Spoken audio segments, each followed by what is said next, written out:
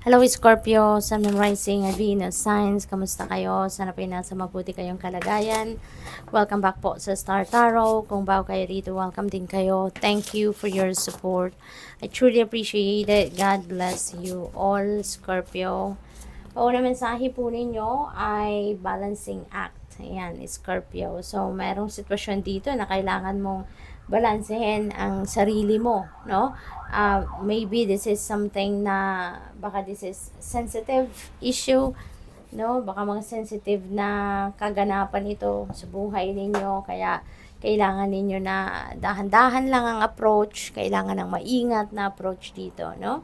And by the way, Scorpio, maraming salamat sa mga likes ninyo and subscribes sa ating channel po. At sa mga nag-iiwan ng mga heartwarming na comments, no? Maraming salamat.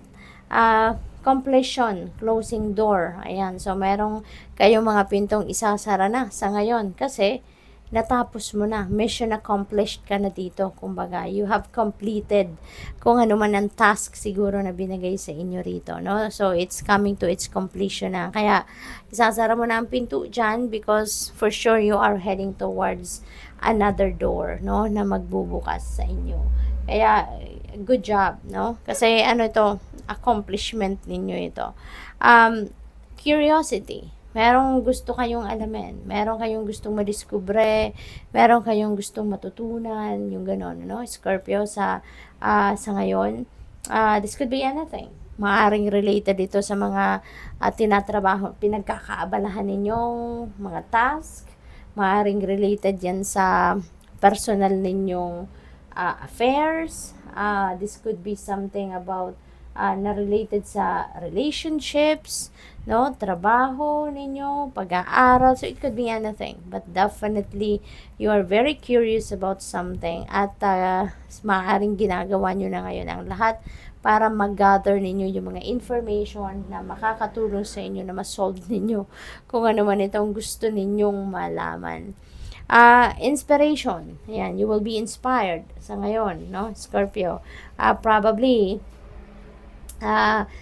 meron dito mga opportunity na magbibigay ng pagkakataon para magamit mo kung ano man yung mga talento mo, 'di ba? Yung mga gifts ninyo, skills ninyo, maring magkakaroon kayo ng opportunity para ma-practice ninyo ang mga yan sa ngayon, Scorpio. At we also have synchronicity dito. We have 3, 3, 3, tatlong magkakasunod na 3, you know. So that is angel number 333 and master number 33. So I suggest po pakitignan po ninyo ang ibig sabihin ng mga yan kasi there is an important or additional insights, additional information or additional guidance para sa iyo, no? Ang divine universe. So, tignan natin kung ano pa ang mga mensahe para kay Scorpio.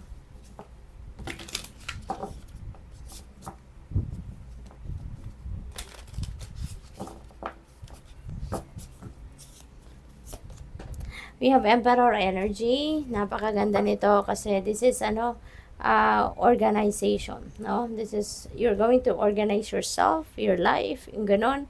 At meron din ditong parang authority energy, no? So siguro ang iba sa inyo maaring siguro isa kayong boss, no? Or baka magiging boss pa lang kayo, no? Maarang ganon. There could be promotion dito for some of you. Pwede rin na may mga dealings kayo with the person of authority sa ngayon. Baka meron kayong mga pakikipag-usap na gagawin with people na nasa position of authority. What else? We have the magician energy. So, magsisimula kayo ng bagong chapter, no? Because this is number 1. So, this is new beginning. Since ito, meron kayong tatapusin na or meron ang natapos na ventures, task, or whatever, no? Kaya, you're heading towards a new situation. Meron kayong maaring bagong proyekto or bagong kontrata or bagong trabahong gagawin naman, no? What else? We have Ace of Materials. This is another new beginning energy, no? Pero ito si Ace of Materials, this is new beginning pagdating sa kaperahang aspeto. Anything related to money, no? To your finances.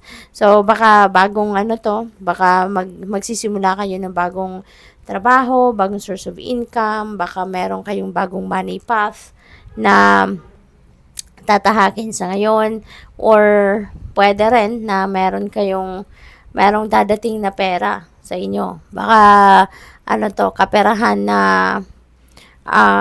baka cold cash ang dadating sa inyo, something like that. Or baka ano, pwede rin na baka merong magpapamana sa inyo, no?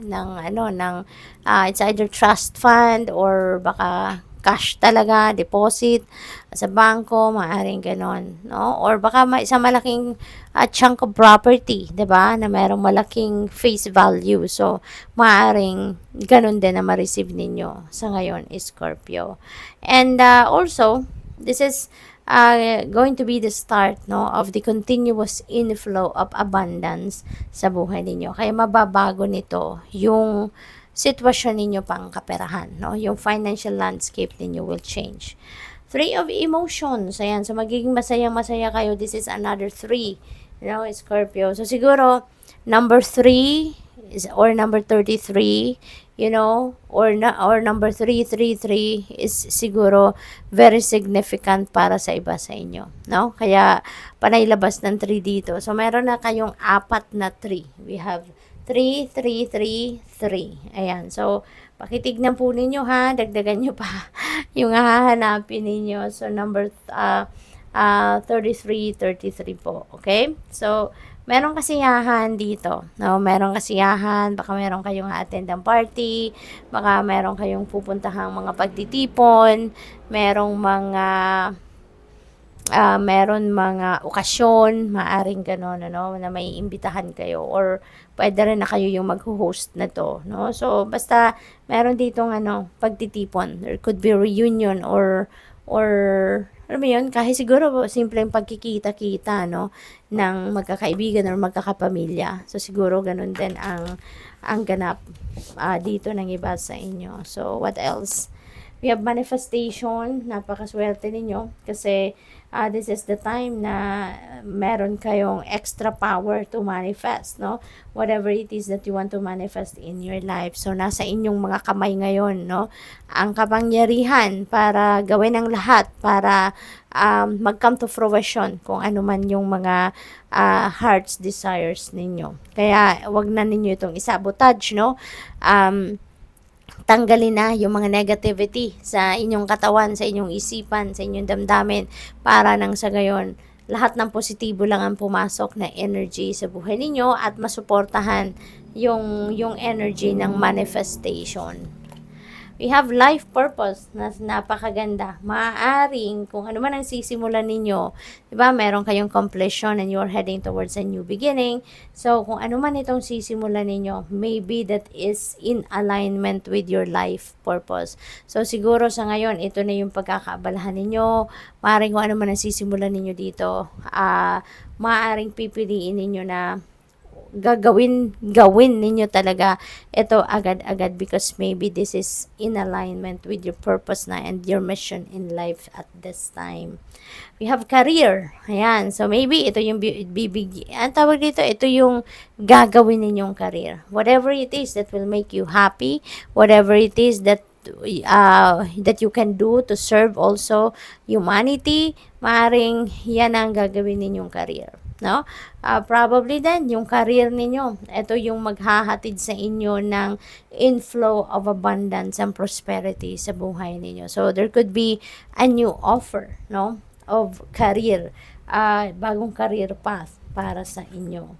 Compassion. Ayan, you are a very compassionate person, kaya maaring your compassionate quality naman sa ngayon, ano, that will be on display, kasi maaring merong mga tao ditong, alam mo yun, hihingi ng inyong tulong, bibigyan ninyo, or paparamdam ninyo sa kanila ang inyong compassion. So, good luck. Thank you for watching. Love and light. Namaste.